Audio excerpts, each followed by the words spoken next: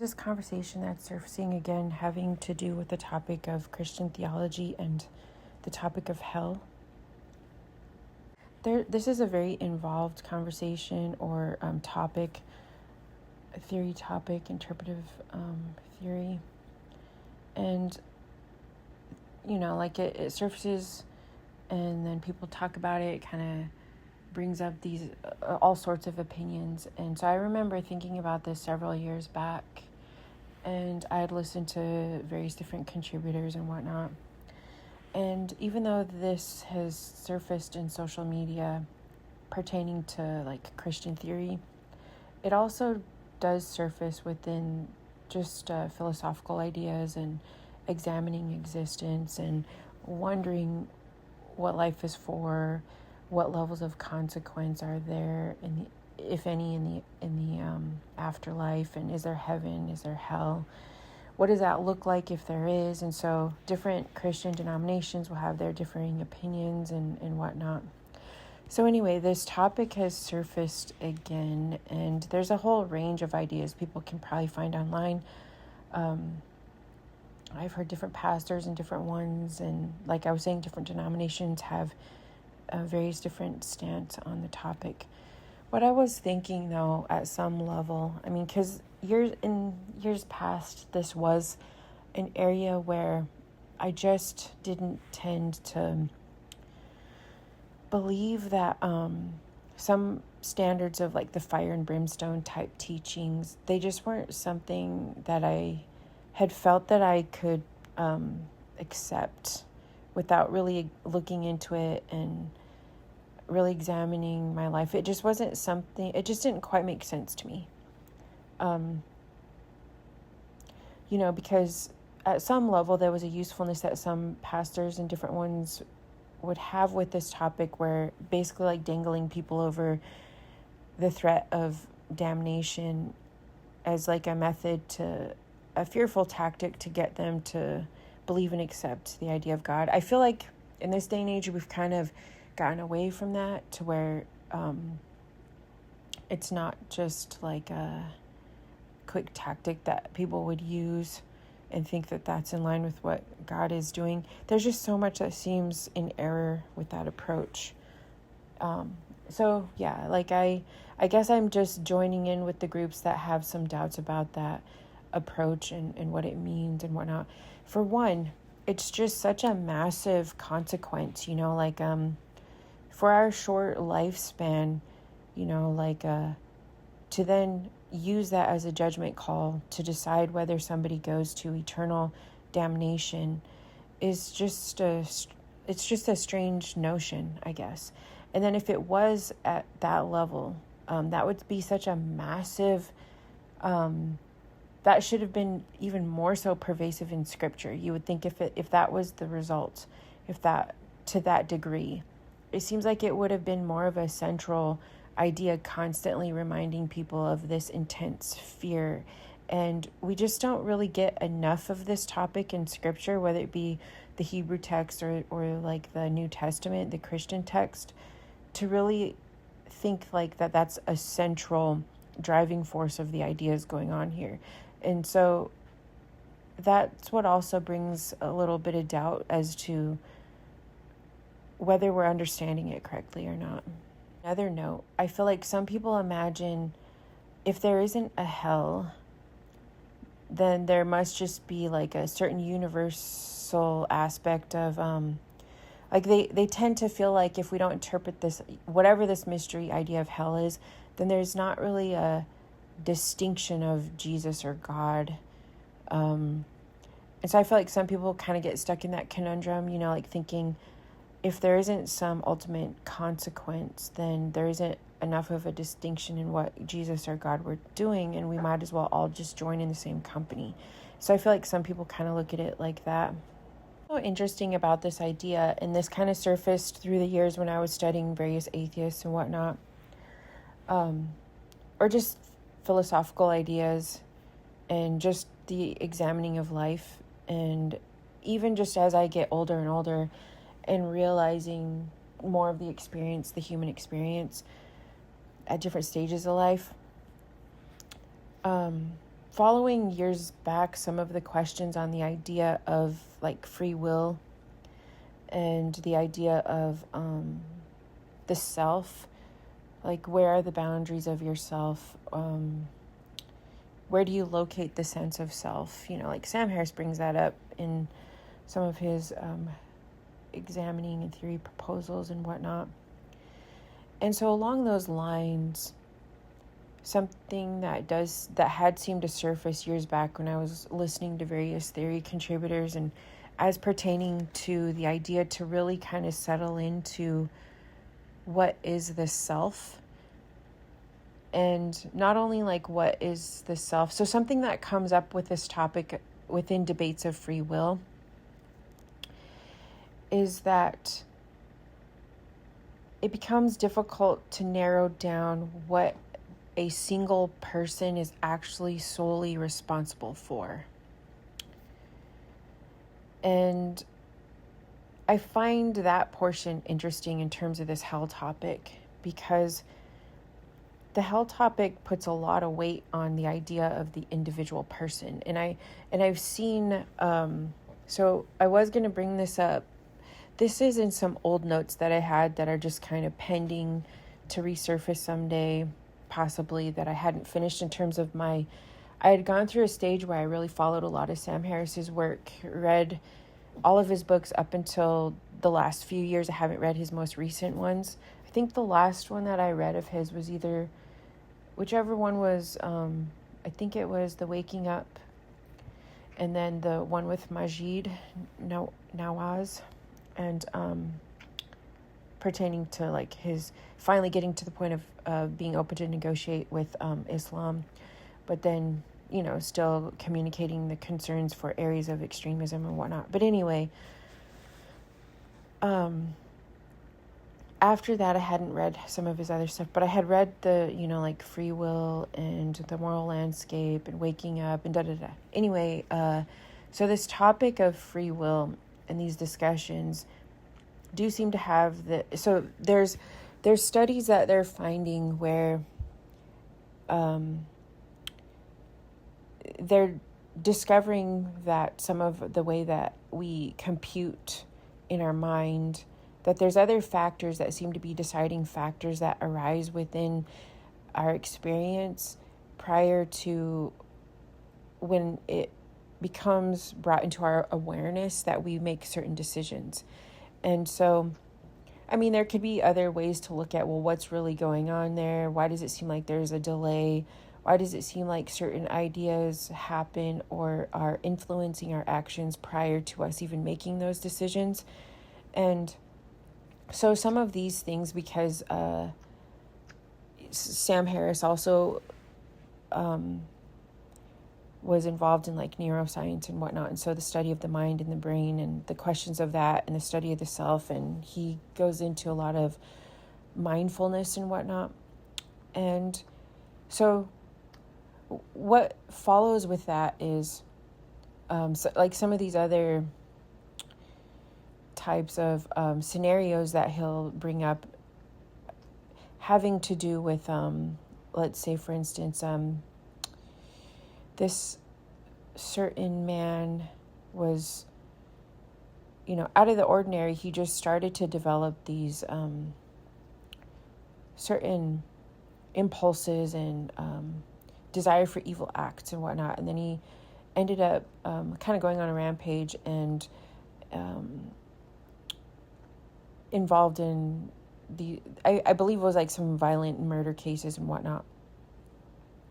He hadn't really felt himself, and then after he had been found out and arrested, something to this effect, some storyline along these lines. And he had communicated to them, he said, I just haven't felt myself. I felt like myself. I feel like something's wrong with me. Can you study my brain after I die? And basically they found that he had this certain tumor growing on his brain and pressing up against these certain portions of the brain that would affect those types of behaviors and whatnot. So some of the idea there is, like just looking at the study of various environmental effects that have an influence on people's behavior, and then to what degree is somebody solely responsible for their behavior. And then it gets into, like even within religious circles where people have to kind of deliberate and they have to decide what is someone's intention, what is their environmental factors, what if some people are, have a gun held to their head and they're being forced to do things like just all these environmental factors that have these various types of results and effects. And then also, like I was saying, the studies on the way the existence is starting to look as people study it. Some stuff influence our mind and the backdrop of our mind computing in different ways prior to us understanding, of which then influences us beyond our capacity. And just a variety of things that can influence our perception and then influence our behavior. And so it really goes down the rabbit hole as to this question, where do you really, once we start to learn more about our perception of life, what we're even perceiving life is, what we're perceiving actions are, goes even farther down the rabbit hole than we realize. To the point where now in some of these sciences, as I was saying, people will say, actually, where do we even divide for judgment? How do we even make an accurate judgment now that we're learning more of these things? So anyway, along those lines, it gets into these questions of judgment and justice, and how do you make that accurate judgment call? If it were the case, then eventually that we find that there's something about us in creation where we function in more of like a hive mind, or that we're never fully solely making our decisions on our own, that there's almost like this whole panel of influence going on. It really does go down the rabbit hole to where then people get into, in philosophical circles, when are we responsible for making our decisions? So in our everyday life, people will say, oh, it's obvious that we make our decisions. We're making decisions all the time. We're affecting the outcomes of our life all the time. And that's what people kind of think, just general. So that's kind of how the scripture at a basic level reads, is that we have the freedom to make choices. We make those choices, and then we have the reward or the benefit. And that's just basically how it's been interpreted. Going deeper into it, as I was saying, then you start to find that that's not exactly the case. If you get too much into examining actual existence, it seems far different than what we realize. So then if it is the case that we start to realize there's something else going on and there's more going on than we've understood, it will cause us to interpret scripture differently, which it is getting to that point. And so people have a difficulty trying to imagine how does this idea in questioning free will affect the way we read scripture? Along those lines, when I was reading up on this stuff several years back, and I was thinking, actually, like in my mind, I don't feel like this threatens the way I read scripture. It actually helps me read scripture better, I think. And so it just so happens that I didn't really have a name to start explaining how I was starting to look at scripture and patterns in scripture. And I didn't really know at the time. I just started looking at people. I had kind of just learned from following human behavior and things like that. And it started to become, I guess, my own type of quest in overlapping things like sociology, systems, philosophy, and religion and culture and things like that. And psychology. And eventually, as I was learning into studying more of the scripture and ideas and human ideas and what was influencing people to have these certain interpretations that affect society and whatnot, I started to formulate, I guess, what I eventually started to call systems theory. I could eventually come up with maybe a better name for it, but that's just what I slowly started to approach that I started to look at through the scriptures. And so I would call it systems theory, or like the kingdoms, the kings, the kingdoms, the systems. And I started to recognize, to me at least. So let me give you a little bit of a background. I'm not saying this is accurate, but it's just the way as a young person my mind started to think of things. I've shared this a long time ago, but it's probably maybe useful for this attempt to articulate things. I'm not going to say that I'm going to succeed at articulating this, but I'm trying it on and working through it. So when I was younger, back in the day when we would have TVs that would have like the static on the screen, the big, thicker TVs, and if there wasn't good reception, there would be static. And so there were times where you could adjust the antenna and then it could just be pure static, which when you look really close to a TV, I'd hold my face close to the TV and then you would see the little dots, like all the little dots forming, kind of like a pointillism picture. And then if you could then adjust the antenna, then you can get a clearer and clearer picture. So as a really little kid, I would start recognizing like, oh, all these little dots formulate as you step back what looks like a picture, right? And when it's a clearer picture, it's just, like a little bit more like refined. And I just remember as a kid going down in my mind like a deep rabbit hole of like looking around in life and thinking what if everything's like that? What if we're in a TV, not saying we are, but just, so I was imagining looking around and thinking everything was all dots. Like everything is just all little dots. So looking at things really, I think I was just starting to, as a kid, try to articulate what seemed to be the fluidity of life that we just almost like swim in, that we perceive ourselves in.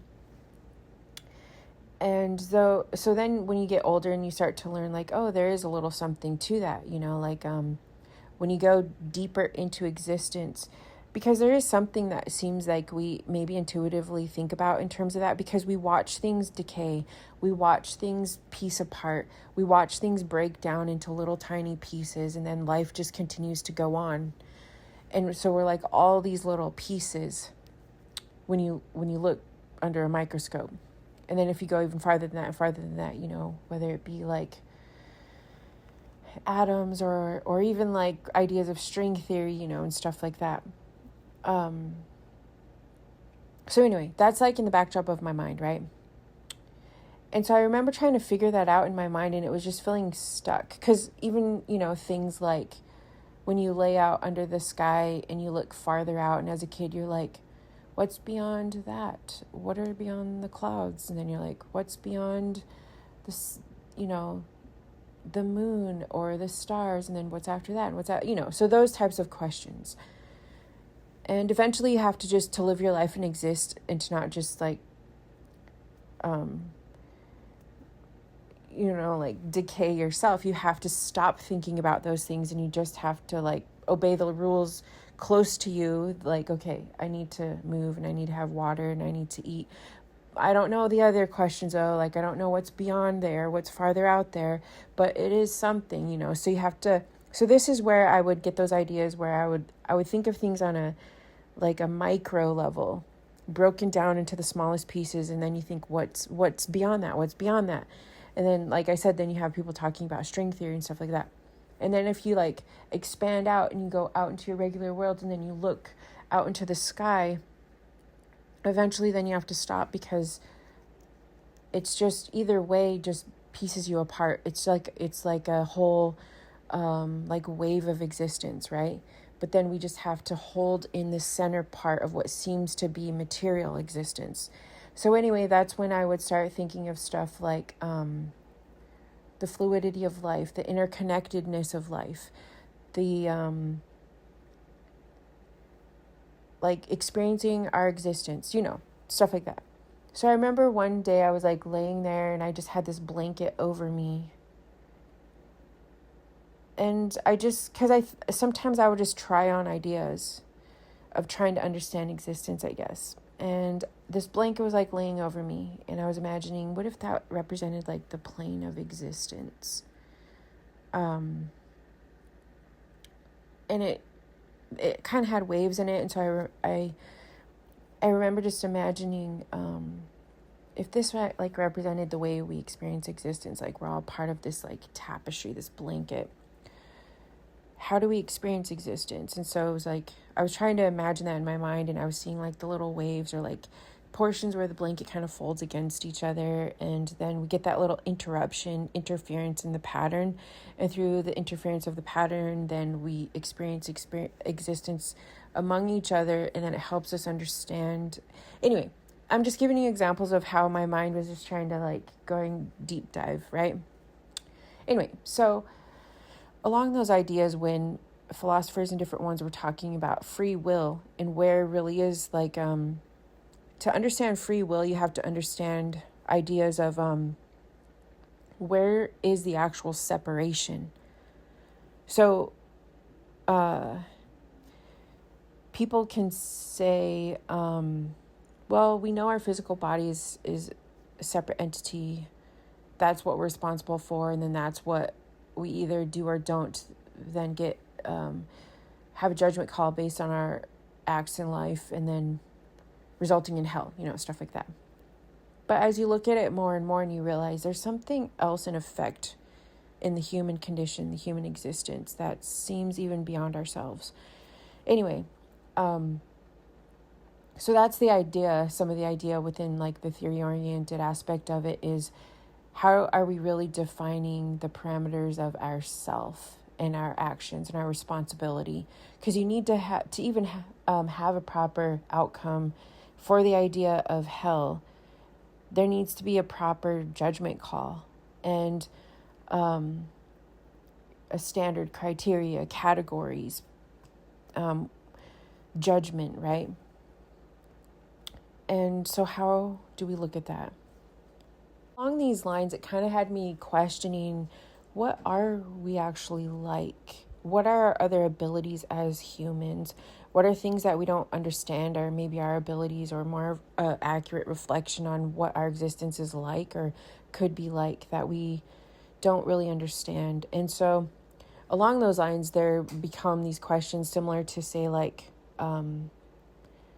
ants or bees, or creatures that they seem separate, but they exist in like a hive or a colony. And so they're not solely entities unto themselves. They're defined within these types of units.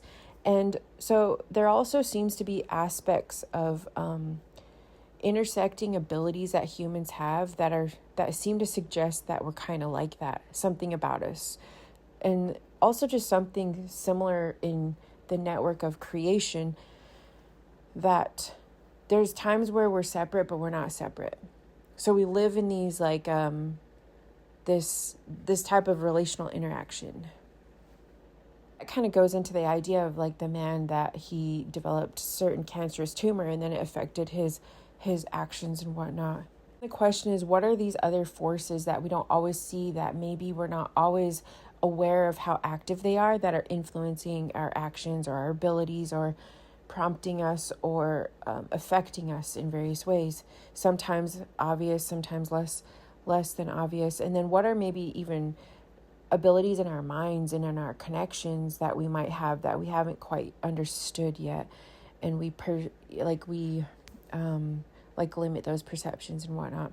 But anyway, what I was wondering and getting at was, are humans more like a system? And so this kind of goes into how I was starting to read scripture through systems and kingdoms. And even this idea of like, we're never fully separate, but we have these different degrees of perception that function within certain types of units. And that seems to be a way, at least for me, to start how I started understanding scripture differently, was as I would introduce more of this, like what I was starting to articulate and develop as systems theory, to understanding these ideas, because we would have these peculiar questions of God, because there are ideas where, but like whether it surfaced with the language of the Trinity, or the idea of like God is all knowing and all present and all powerful, but then at the same time we don't experience it as like all present. Like, but there are also scriptures where it says stuff like in John, it says things like so I'll paraphrase it, but something to the effect of like basically like God allowed this this method of coming into this like forgiveness of sins or entering into this unit of God, but people didn't want this error to be made known. I'm saying it a little bit differently, but basically but if they had known something to the effect that all things have been done through God, it would basically like alleviate some of that. Like they would understand that in all things there should be some type of like redemptive value or what have you. But anyway, the idea there though is like this, where it kind of says like all things have been done through God. And so some of those curious passages in scripture that seem to suggest like that God both feels apart from us, concealed from us, but also all present, all knowing, and all powerful, like still very much also absorbed in within a part of the pieces that we feel existence through. I can imagine people wondering, like, okay, we can kind of see where you're going from here. Are you saying then still that there's a universal aspect where everything is a unit and God is never fully apart from it, but it's perceived that there's a portion or a part, something that's apart from it? But then is that still kind of like a universal aspect that everything will eventually like be kind of worked through and redeemed and realigned for all things and for all people? So people are probably familiar with these conversations if you've been in these, whether it be philosophical or religious interactions, then I'm sure people have been introduced to those ideas of the universal aspect of like over long periods of time, some redemptive value set in motion.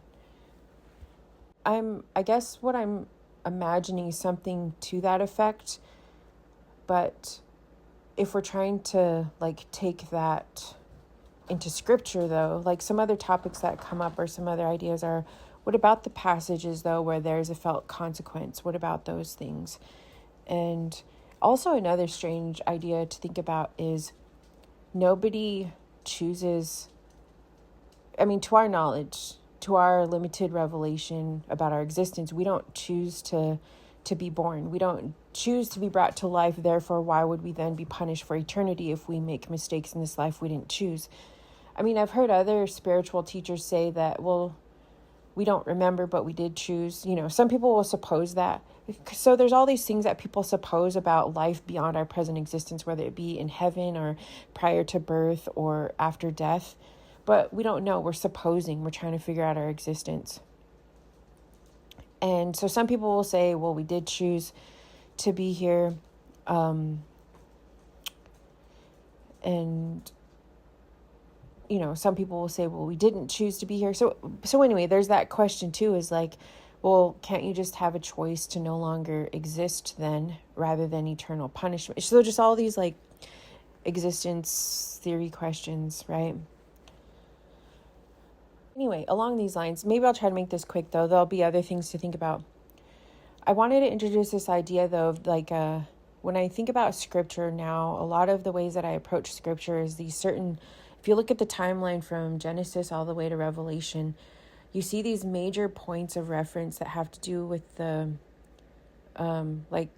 individual to the collective influence of existence and all of the environmental influences. And then there's this like the error in how people then eventually build the height of these systems, the kingdoms, and they're not in proper connection or alignment with God, and so they end up being built in error, and they reach these certain levels of height and collapse. And internally then it has these societal factors and all these various things. So you see this continue to be repeated. And then you also see that when people make ideas in their mind is usually functioning through some type of unit or system of hierarchy or understanding. And so our minds and our actions just have these results where we develop systems, and we can't quite align it into the proper way of understanding a system, or understanding requirements of God, or understanding resolving connections between others. So a lot of the patterns that you see is that we're trying to figure out how to synchronize a relational type system unto the standard of God. And the error comes about when we can't quite do that.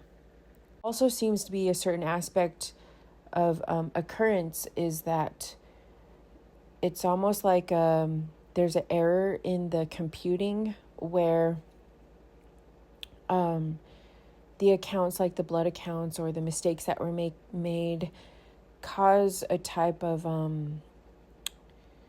like a purity standard that over time creates more error rather than what you see through like grace or arbitration.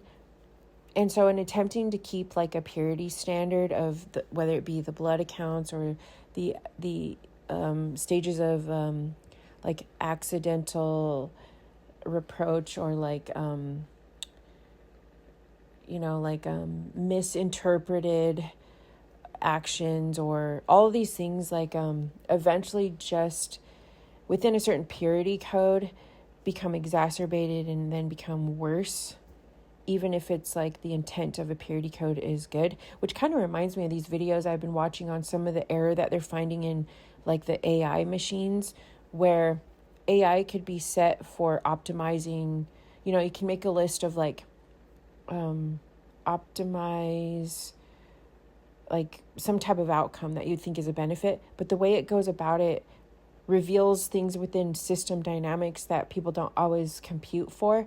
And so then they end up doing these hostile, like the line between A and B can seem like they're optimizing for the certain result, but it could produce in the whole system achieving that can actually create like horrible results in the system of accomplishing that. And so we're kind of seeing that like in scripture, where there's these certain characters that are portrayed as like angels and whatnot, and they seem to be like the death angel or what have you. There's these certain characters that seem to be keeping tabs on what seems to be the acts, like certain acts that are done. And then through that, there seems to be this like developed path out from these certain acts that is like the redemptive path.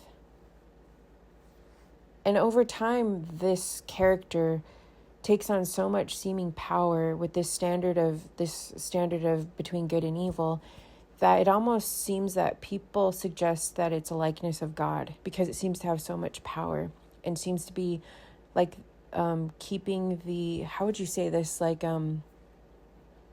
producing where the path of life is revealed, or not really the path of life, but like the redemptive path, because we're not quite to the reveal of the path of life yet, but maybe like the glimmer of it, like the likeness of it, or the redemptive path toward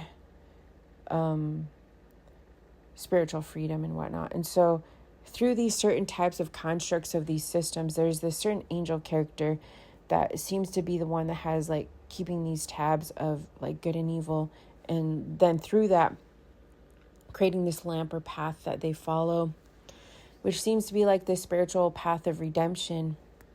And so then that leads people to believe that this angel is like a likeness of God, or bestowed the power of God, or what have you.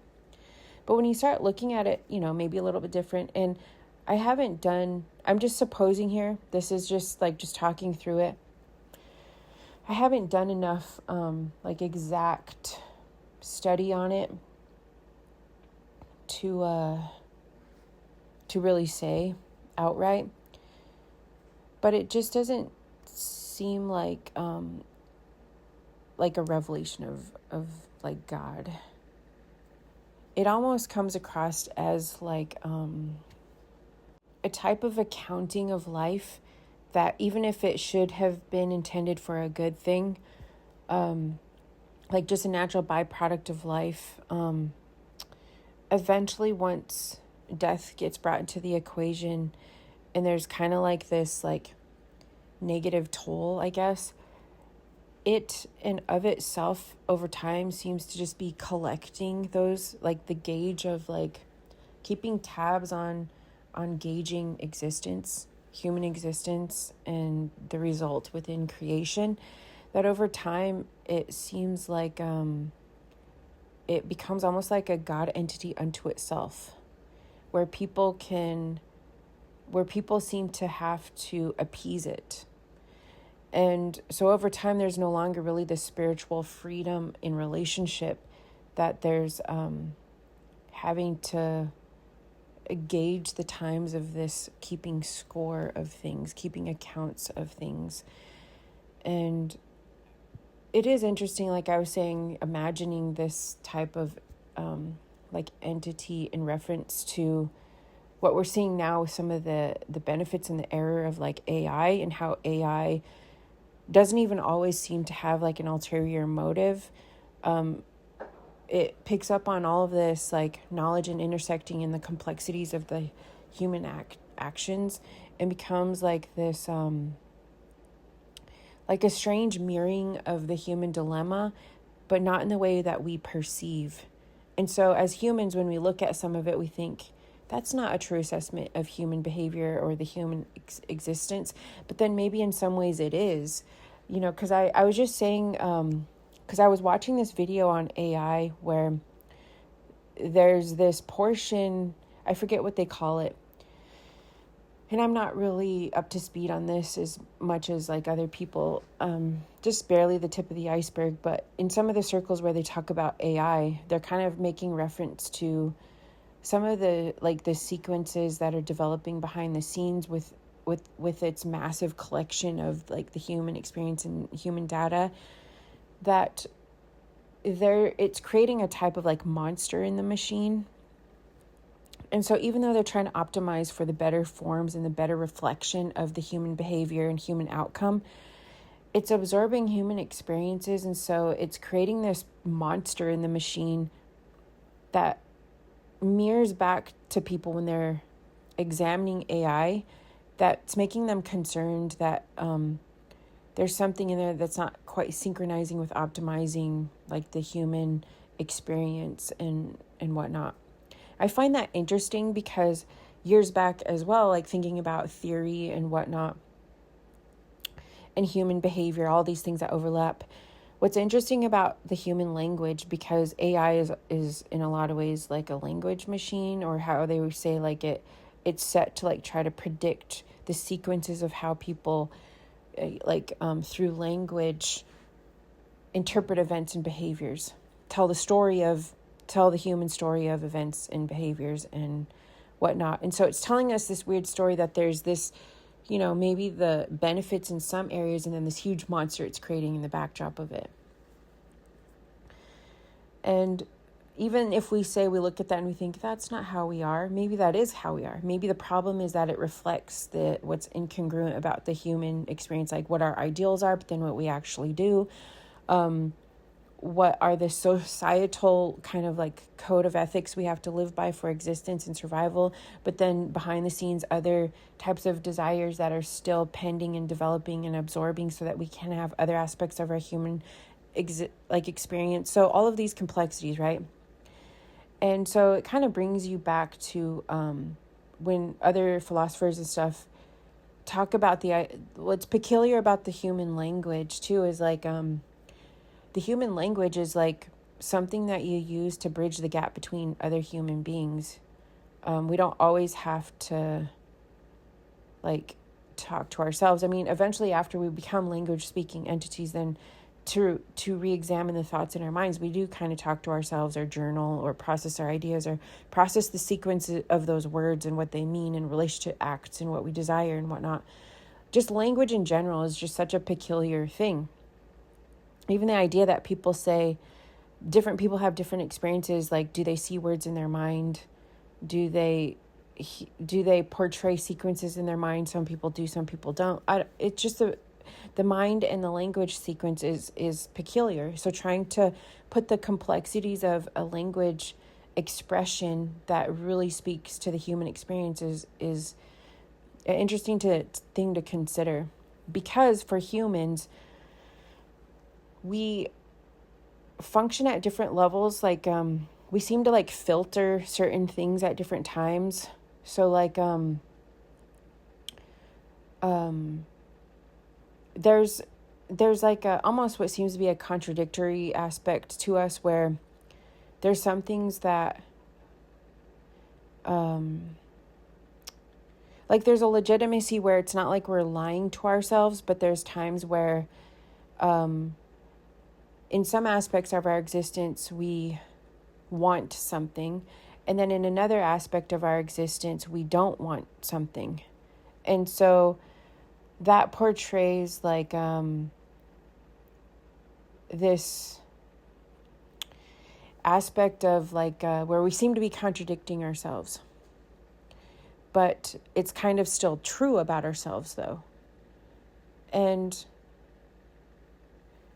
so even along those lines, that's where people will say stuff like poetry or music or other things that don't exactly tell the exact sequence of a story or the exact anecdote of like a recollection of something, but they develop the experience of something.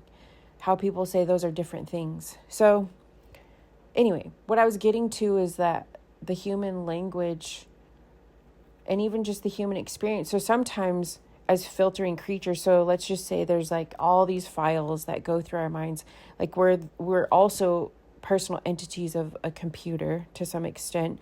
We're computing a lot of information all the time, but there's other portions of our brain that filter the main points that we need to recognize immediately in front of us or immediately at that moment. And so we have all these layers of files processing within that give us our experience. And so if someone were to try to like replicate that, it's almost as though they would need like the massive behind the scenes and then this other perception, and then you're like the aspect of the more immediate files functioning in your mind. And it's not as though you're saying any of those are like absolutely true or absolutely false. They just serve different points in reference to preserving your very complex experience of your experience. So it also seems like sometimes because we're computing this stuff at the same time, or there's certain entities that we perceive that we have to care for or take care of at certain levels of priority, then we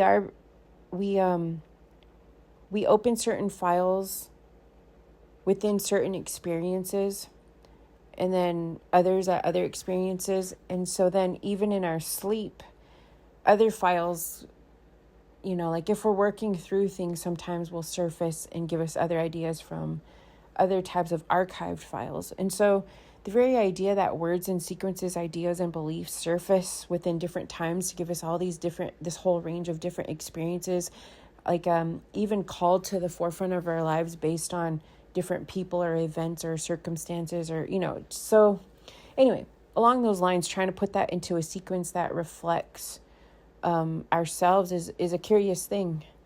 For instance, like sometimes we have to function through levels of denial or suppression, and that's good. We always have some level of suppression, but then when is it useful? When is it not useful? When are we living in too much of a blind spot? When is it a functional suppression? Or when do we not know what we should know that we do know, or things like that. So those levels of curiosity, right? And to realize like that we function through these degrees of actions and things going on. And so, this kind of reminded me, and I don't know if I really want to go into this right now, but it kind of reminded me of the stage of, because Jesus is starting to frustrate these categories when he's kind of on the stage. People do say that Jesus was introduced to other types of like mystic teachers and leaders, like different ones. you can kind of see that he is bringing some of that out. He's going into like the questioning of the boundaries and the perceived boundaries. And there's this portion where he kind of pushes some of the religious leaders into examining their minds a little. And this confuses people because he says stuff like they have this certain law. They have these certain laws that they're trying to like obey within kind of like the certain societal expectation, right? And it's like one of them, like not to commit adultery, and they're trying to like accuse this woman of things, right? And then he says, well, I say those that even look on a woman to lust after her have already committed adultery, like in their minds, right? And that confuses people because when he starts challenging some of their questions in terms of this purity code of the law, it almost seems like he's like creating this like impossible standard. And, you know, like he's saying like you're like some of that functions in your mind, right? Well, you know, people talk about, can have commentary on these, like, is Jesus trying to create like this perfect standard? Are we supposed to achieve this perfect standard? Are we supposed to then go into even more suppression and whatnot? But it seems like one of the functions there is that he's trying to get them to loosen up their like their unflinching standard of accusation, and he's trying to get them to realize to like expand out to more question, you know, like what's going on there. Anyway, there's a lot of these discussions that kind of bring up just kind of calling into question what's really like various forces of animating influence. How can the idea of the law in relation to the temple and some of these dynamics actually be a transformative method and not just kind of like keeping a level of like composure within the public dynamic, but transformative and also in relation to like the kingdom and whatnot, like some of the things that Jesus talks about. So anyway, along these lines, in terms of looking at kingdoms and systems and whatnot, it actually kind of makes you think that some of the like the hell language has something to do with the chasm created between groups within systems. There seems to be an aspect of eventually the experience that people just don't feel free within the system or the kingdom dominion. Even in some sense, the idea of the law. So there needs to be the sense of, or at some level, there's the law that helps you create a standard by which you would make a judgment call. And so at the level, though, where Jesus kind of makes the law seem a little bit obscure, or he fulfills it in this different kind of way, you know, like through love and addressing it along these lines of what seems to be this vague sense of not always becoming an aspect of a transformative value, but like a societal type of composure. Then it seems to reveal, and it reminds that the law, you know how it says in scripture, like the law is made for man, it's not made for God. So then we're reminded of components or aspects in scripture as to like how the law seems to be more of a social type gauge. It comes into function in a societal aspect. And so along those lines, then we start to realize that a lot of what is deemed types of sin have to do with like societal effects, societal like attributes and whatnot. At some level, this also comes into question with some people's interpretive scriptural approach, because they tend to think that there's certain sin within us prior to the law, like prior to societal's influence. But it you know, maybe doesn't necessarily read like that. It seems to read more as like we're born into systems that are affected or influenced by the skewed state of the world system. Like we're born into skewed systems, and therefore we become absorbed into imperfection of the system, but in and of ourselves, we have like entity of life and connection to God. And that more of our spiritual approach, our spiritual revelation and transformative value and alignment is hindered by the systems and the powers, the dominions. And so along those lines, then you start to see a lot of the redemptive value is spoken of in terms of nations. And so God starts to reveal that it's spoken through kingdoms and nations and dominions and powers over people that people then become adhered to. They become entities of those systems. And so then that's why Jesus starts bringing up this language of like being in the world but not of it, having a different type of like reference point or alignment to God, and realizing the revelation of the alignment, ability to align to God and be of a different kingdom. And so it's very much kingdoms, systems, dominions, nations type reference. Along those lines, you don't always get the notion that like some forms of imperfection are solely the responsibility of certain individuals. But I mean, there are times where they have shown proof of being like totally absorbed within a system, dominion, or like a representation of that type of power or whatnot. But there are different instances where people are simply within the influence of a system or dominion and not really of it. So along these lines then, some of the connotation of this idea of hell seems to have to do with constructing, rearranging, or helping to transform the arrangement of these various dynamics and components within systems and whatnot to then create this sense of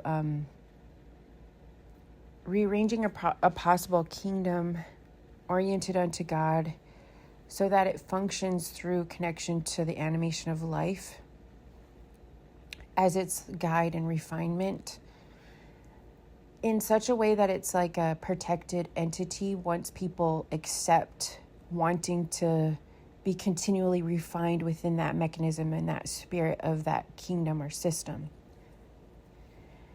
And so we could see that. We could see like, okay, there's portions in scripture where people that align to this, like what is deemed a more corrective measure or life-giving measure, standard, is to our benefit. There's attributes of life and connection. All of the things that we would imagine we would desire are attributed to this type of acceptance unto these types of attributes of connection, alignment. And so we see that aspect of it. But then the question is, with this hell topic, what do we do with the rest of it? What about those that either don't see that, have been deceived to not understand what it is, or there's multiple reasons why people would be guarded or apprehensive as to understanding the idea of God.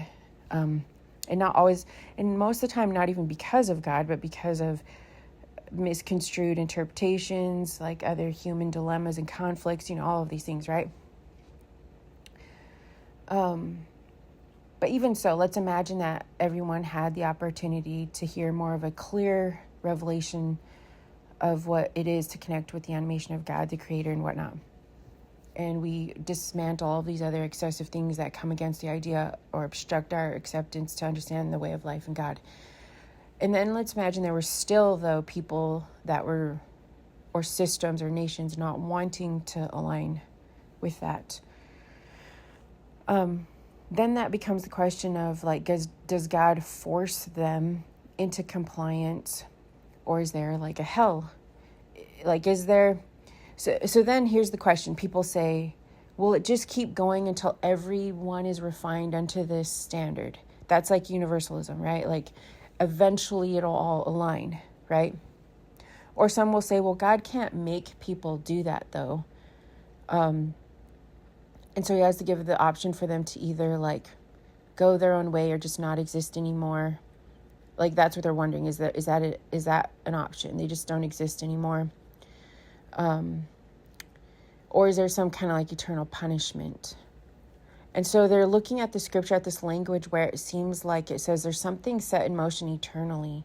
And is that like eternal punishment, or what is that?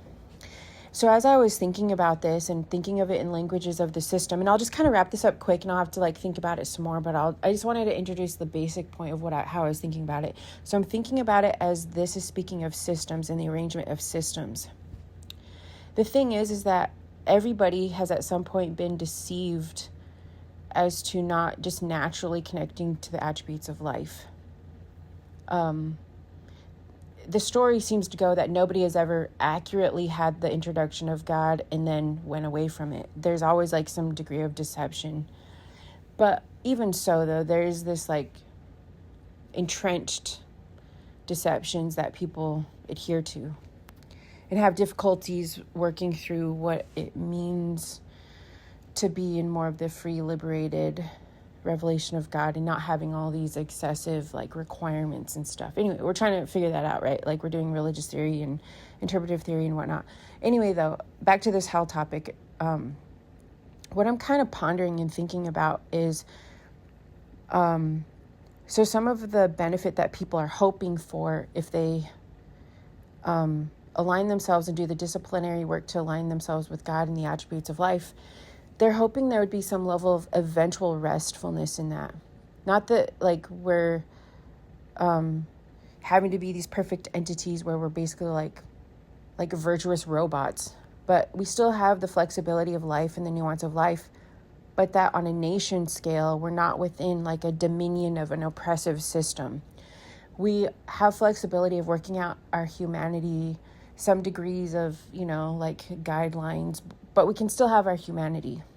But we're being refined into the like standard of life, and there's room to breathe there, and it's not as like rigid, and stuff like that. It's not as fearful.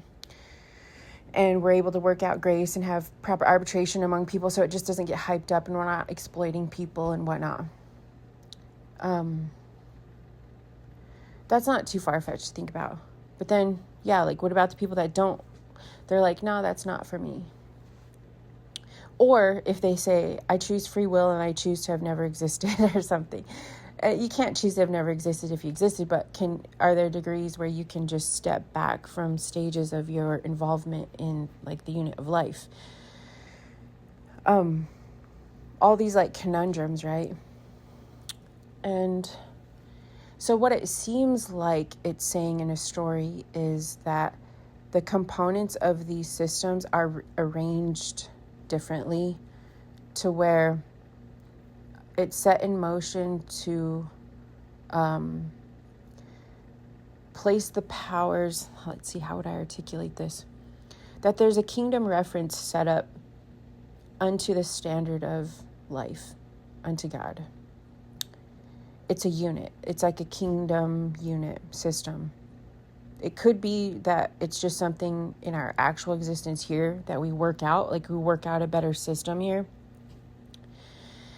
And it also seems that it would finally properly align these other components that became skewed in the system, the unit of creation. And that angel character that does like the accounting and whatnot is then placed in a different position where God through the temple finally retrieves the power out from that angel that's doing this like such AI accurate work that it's becoming problematic.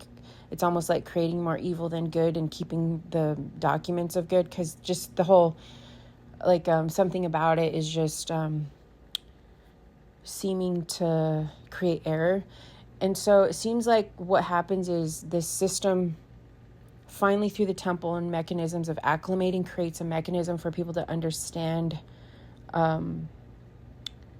proper arbitration and levels of grace unto God and whatnot.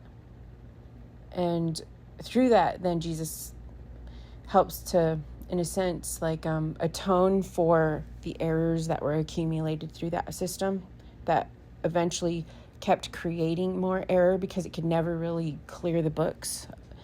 And so it seems like the story talks about like finally once that is cleared in a proper way to set it more toward refining creation instead of setting it into its own oblivion. A new system then is being transformed and set up in the midst of this world system where like we finally get into better alignment. We finally work out acclimating some of those like just societal stuff for growth. And then there's degrees out and degrees farther out, where for those that are still working through those types of adherence are outside of that dominion. And so it seems like that's how it kind of reads. So for instance, like, is it Zechariah, where it says like something to the effect of the God would be present among the people, or there would be a presence of God within the people, which we do see through the temple, and then God revealing to reside within us as like our kind of like our spiritual compass, our spiritual alignment. And then as we adhere to this new kingdom unit growing and this recognition of like our standard of life among each other, we create this unit body.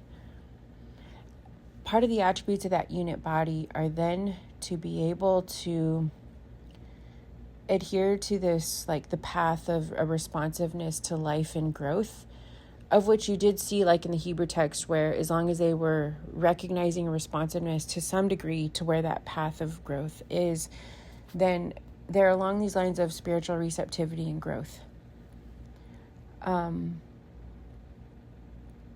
But there's some other degree of it to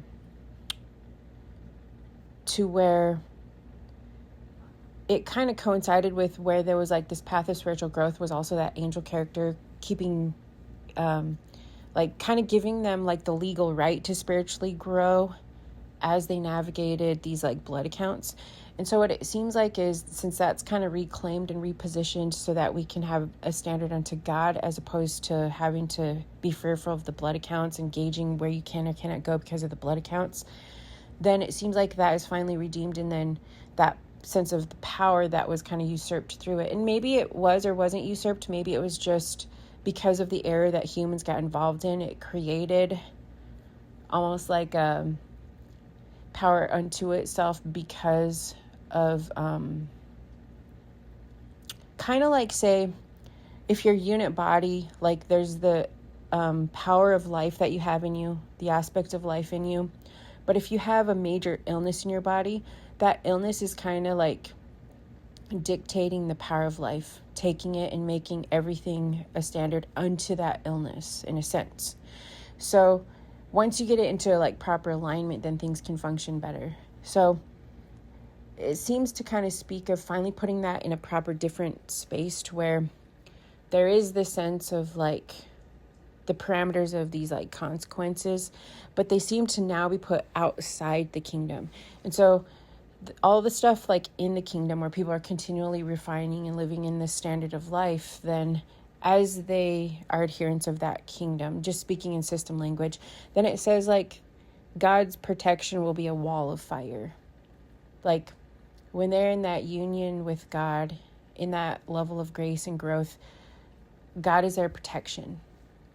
And when they are not in that, then outside of that is this standard of the consequence, the area of consequence.